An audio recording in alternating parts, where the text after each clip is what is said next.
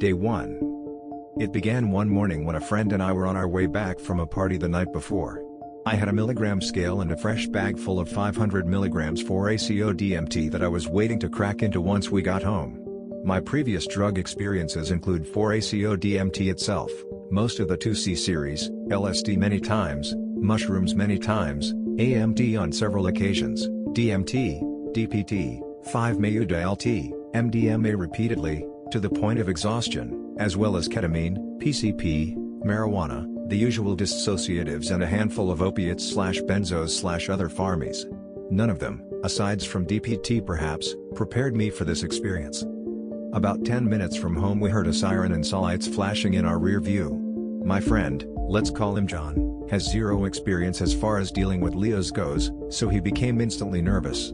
I had the bag of 4-ACO DMT in my wallet and the milligram scale beneath my seat. We pulled over and, after telling us that his inspection sticker was out of date, the cop asked John to step out of the vehicle. A couple minutes later he came back and informed me that John was acting sketchy and was refusing to talk to him or answer any questions at all. He told me that, as a result of my friend's actions, or inaction really, they were going to call a canine unit, and that I should sit tight.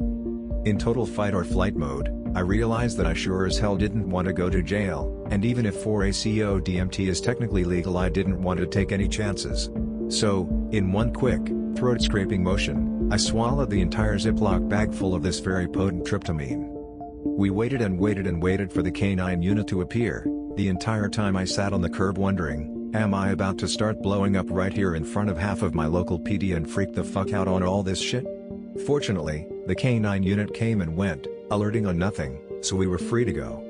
Immediately once I re-entered the car I told John, I need to puke right now. He didn't believe me when I told him I swallowed the bag at first, but after I informed him of just how serious the situation was, we raced to the closest Kroger, where I spent close to 30 minutes blowing hot bile out my nose just trying to get the bag to come up. No dice. I met my friend outside and told him we needed to get to the ER, and fast. I still wasn't tripping, so I was thankful for that much, but the nurses in the ER basically gave me 2 cups of charcoal and told me there wasn't jack shit they could do, but that I'd most likely pass the bag whole.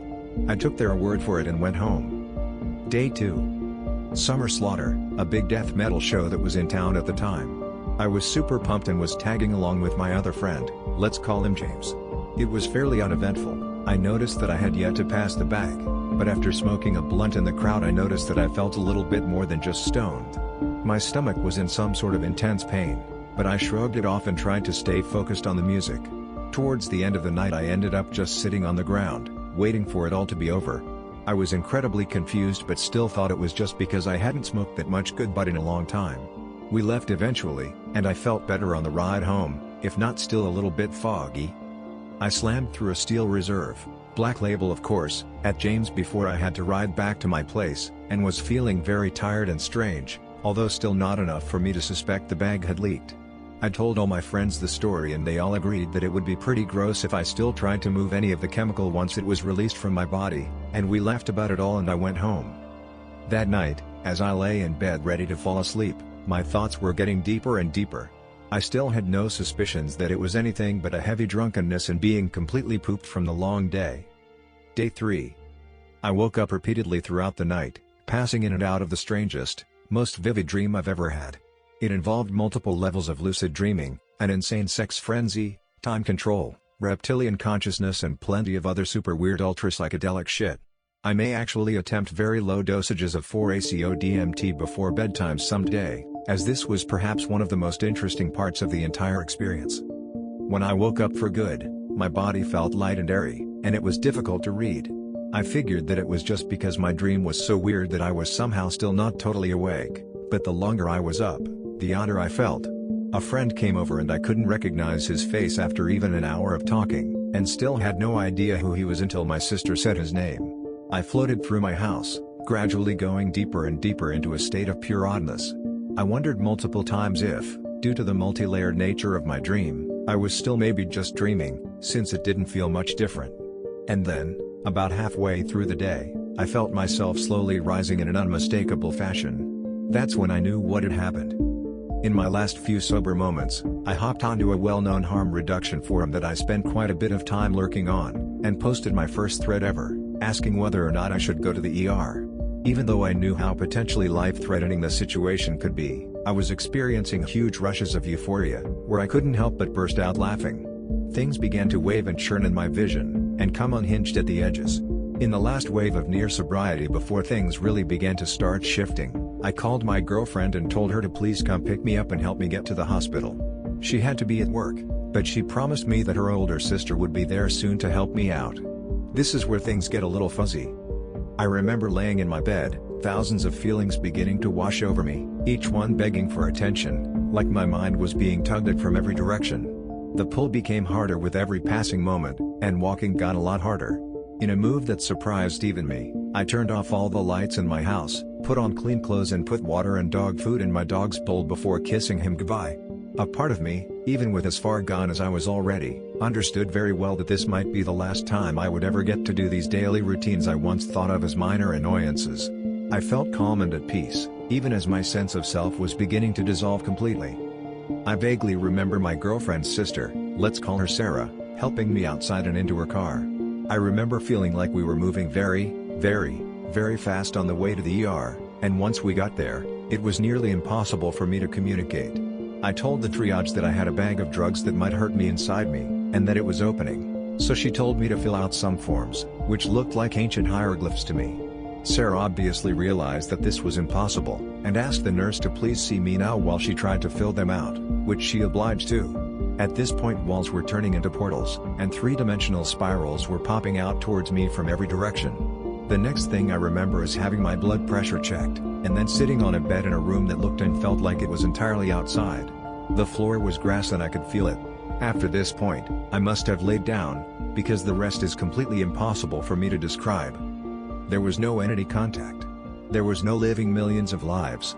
There was simply me sitting in the light of God, and then becoming it.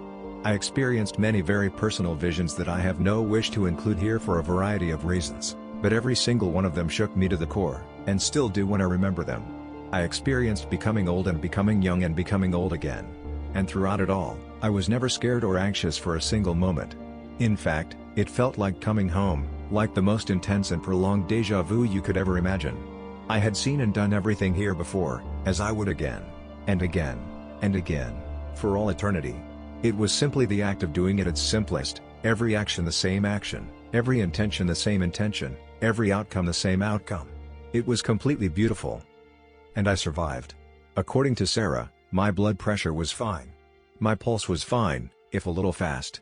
I was breathing normally. She said at some points I even began breathing in through my nose and out through my mouth, which I thought was really interesting. Apparently I just laid there with my eyes closed, almost completely unresponsive. I don't know how long it took me to come down from that place, but when I did, it happened instantly, and suddenly I was sober again. Completely.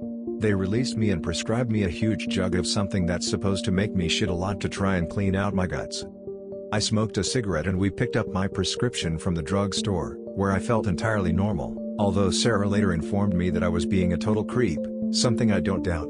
I had her drop me off at a friend's house where I recovered some more before he took me home that night, and at that point I was much closer to normal everyday thinking, although still a little off, well, more than a little. I posted some about my experience, popped 2 Benadryl and passed out cold with my puppy on my chest. Day 4, present. Heavy afterglow, visual effects still persist. I catch myself in thought loops here and there and still sometimes have glimmers of synesthesia. My thinking has tended toward the mystical, to say the least. A medium-dose 5-MeO trip and a low-dose MDMA trip have helped to reintegrate some of the experience. I have a newfound appreciation for sobriety, and have decided to begin a new diet and exercise regime in light of how much I found myself missing my body when I became detached from it. In a way, I realize how much I had hated my body before the experience, and how much I value it now, not in a vain way, but in that it's mine and will always be mine and I need to take pride in it. I have begun reintroducing myself to all the people I am closest with in my life, and I'm loving every second of it. I am in no way advocating taking this huge of a dose. I had a positive experience, but I think that I may have only ingested half of the actual dose I took, possibly even less, due to charcoal absorption, destruction by heat/acid/moisture and a rapid tolerance climb from the time it leaked, which I'm now guessing was sometime during day 2. I doubt I will ever take anything over 50 milligrams again, if even that.